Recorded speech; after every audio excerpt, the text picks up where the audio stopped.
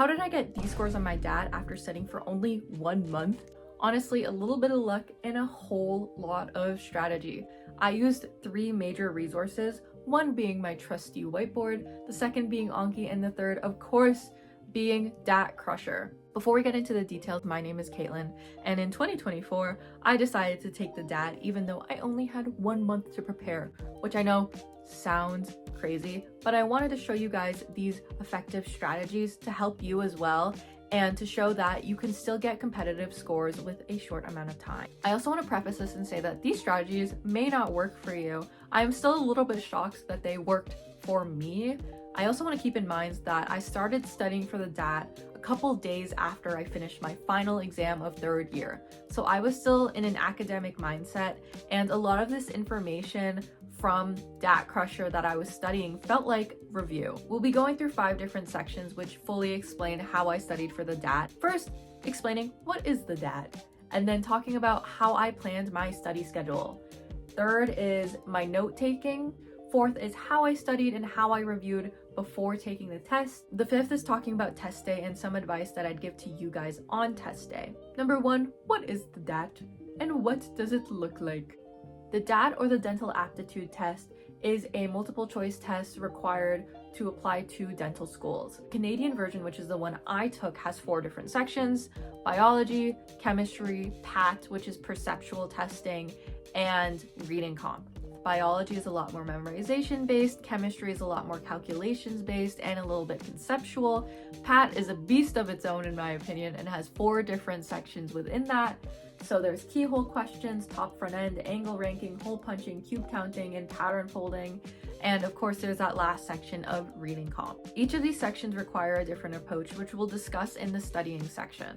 Planning. A lot of my DAT planning was based off of DAT Crusher's suggestions. For those who don't know, DAT Crusher is an app that, in my opinion, has all the resources for cDAT studying. Some of the resources I used was the questions of the day, mini games, which are so much fun, we'll talk about those later, full practice tests and section practice tests, extra questions, Anki cards, summary notes, and guided videos. As a disclaimer, DAT Crusher is paid. I personally bought it on sale during Black Friday and then paused my subscription and opened it back up again at the last week of April.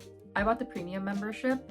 I didn't get any of the additional tests because I didn't have enough time to use them. One of the first resources I used on DAT Crusher was their prep guide, and at first I was like, wow, that is a lot more days on this prep guide that I do not have.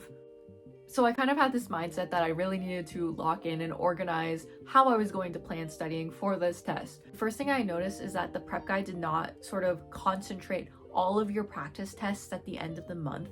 They sort of sprinkled it in there so you got used to the format of the DAT.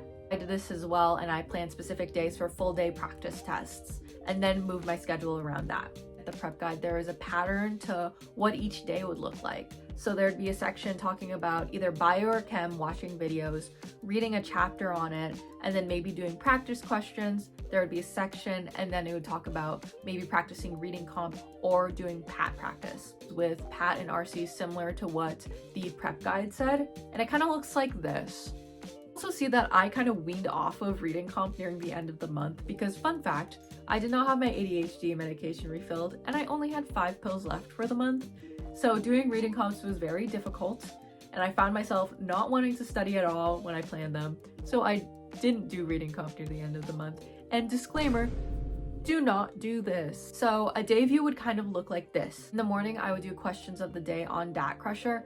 At the time, I also had a subscription to an email service on Kaplan Test Prep, which also had questions of the day for DAT, but those were for the American DAT. So there were some qualitative reasoning and organic chemistry questions that I would not do. It was very helpful to have DAT Crusher as that place to be specifically Canadian DAT oriented. I would do some chemistry or bio. After that, I would do some chemistry or bio videos after, and then after that, I would do summary notes. In the evenings, I would do either PAT or reading comp, and I would usually study through PATs through the mini games on the DAT Crusher website. As I don't currently have the subscription, I can't really show you that, but it would basically go through a bunch of multiple choice questions about angles, and it would really increase the speed of doing those PAT questions, and I found it very fun and entertaining. Note taking. There's 3 major types of notes that I took: Anki, whiteboarding, and summary notes. One of the major places I took notes was on Anki. Anki is basically flashcards. I would make them while I was watching the videos on 2x speed and pause them when there's important concepts or keywords. To make Anki cards when I was reading or writing some of those summary notes on DAT Crusher. The main plugins I use on my Anki, and this is what my Anki kind of looks like. Ooh, ah. The most important add-on I found was the image occlusion. It is super helpful for doing diagrams for anatomy and specifically for the systems unit. Why do I use Anki?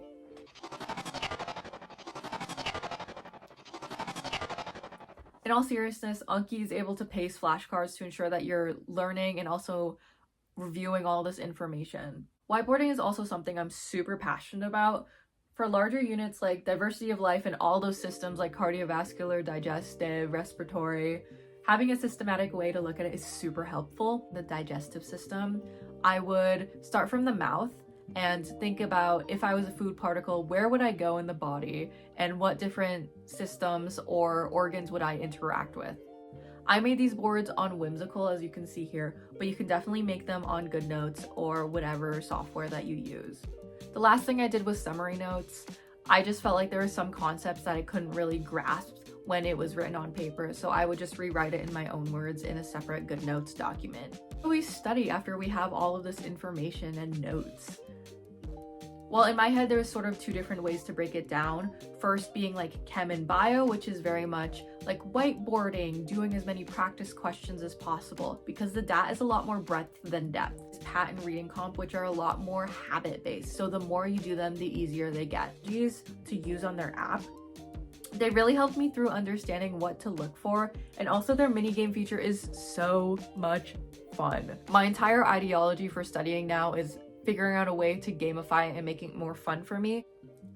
A special note is that I would incorporate Anki whenever I could. So when I was on the bus, when I was, blazing through my PATs, if I had some extra time in the day, I would just sit down, pull out my controller, and do some Anki cards.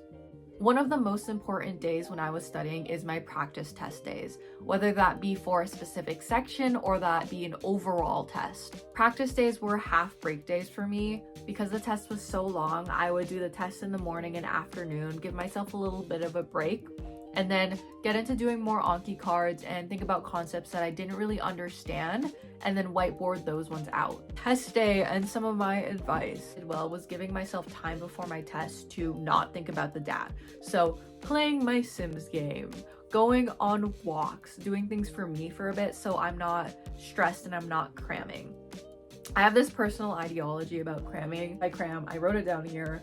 The information that enters my body stressed when cramming will leave my body when I am stressed in the test center or when I am being tested. Myself, what I know is what I know, and if I try to add any more information into my brain, I don't think it'll stick. One thing I do regret is not fueling myself properly.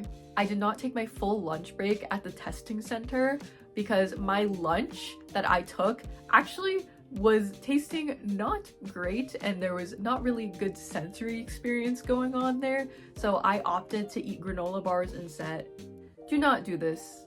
You will need the energy and you will risk having a massive headache during that PAT section, especially looking at those rock keyholes. I want to say that I don't currently have my practice test scores from DAT Crusher, as I currently don't have a premium account.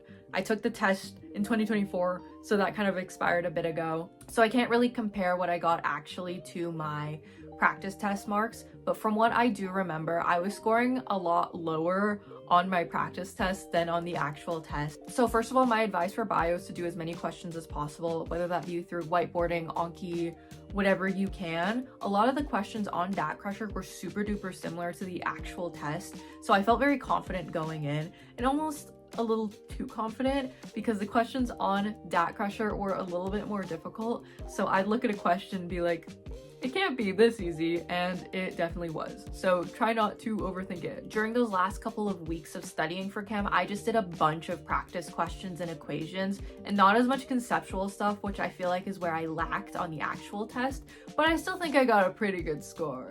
My most important advice for chemistry is to know your equations. Without them, I think I would be so lost, and a lot of the calculations on the DAT are super easy, so do not worry about those. For PAT, I feel like everyone has their own strategy of how to go about these questions. Personally, for me, I skipped ahead to angle ranking because I started to get a bit of a headache looking at keyhole questions, and I felt very comfortable doing angles at the time, so that's just where I went first, and then I went back to keyholes later when I felt a bit more confident in myself. I keep talking about it, but DAT Crusher has these amazing mini games that they kind of recently implemented. They're so amazing. I love gamifying my studying, especially when I didn't feel like I was really motivated one day. I would just hop on to DAT Crusher and do some of those angle ranking questions or cube counting questions, and they made me feel like I was still doing something productive and fun. One of the strategies to doing reading comps is looking at the questions before reading the passage. I found that super difficult because of the computers and software that they use. In my personal experience, going between the questions took 2 seconds, a whole 2 seconds. So if I wanted to look at all of the passage questions, that would take me 16 seconds, and I did not have the time for that. So instead of that, I just made sure to highlight keywords and key sentences. In summary, the entire month kind of boiled down to, whiteboarding correctly, active recall with Anki, and this amazing framework made by DAT Crusher. So I would highly recommend using DAT Crusher for your studies. Now, if this video helped you create your plan for DAT studying, please hit that like button. If you have any questions regarding how I whiteboard, how my notes look, how to use Anki, let me know in the comments below, and maybe I'll make a follow-up video. But if you want to follow me along on becoming a tooth fairy, please hit that subscribe button, and maybe I will see you soon.